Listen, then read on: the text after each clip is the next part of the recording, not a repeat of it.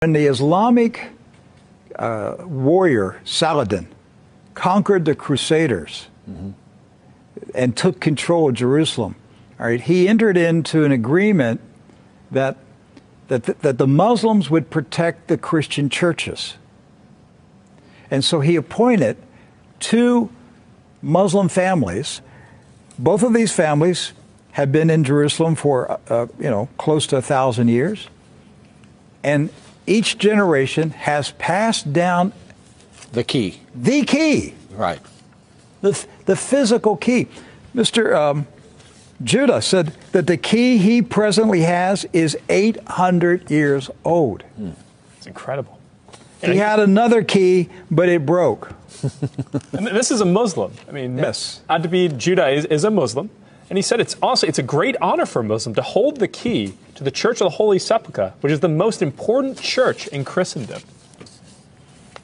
That's not disrespect. See, we don't hear this in America. We don't hear, because what we have been told is Christian Americans, you should hate Muslims, you should kill Muslims. Because they're going to tear down all the churches yes.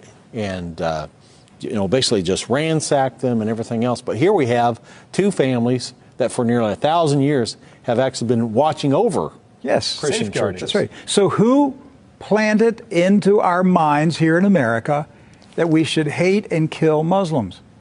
Who planted that thought in our head? Because it came into our society after 9/11. That's correct.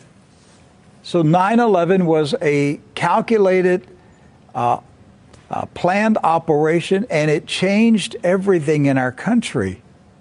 And so we were saturated with media propaganda, which who owns the media in this country? So we were saturated with this media propaganda.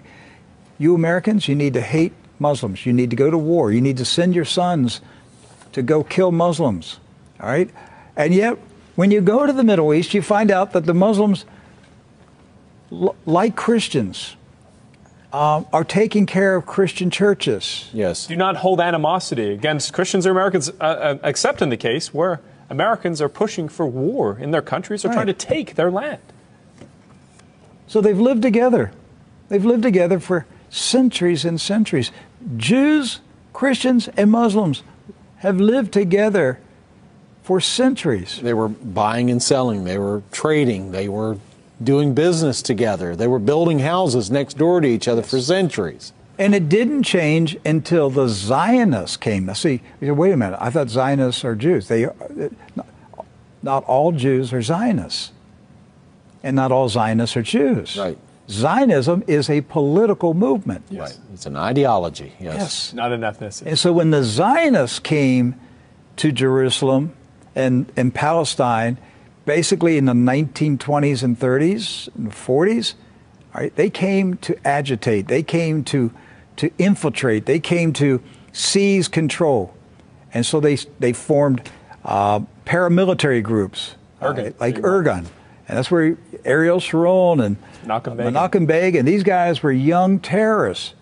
And so there's where the hatred started to come in. The fighting, the animosity, the bitterness.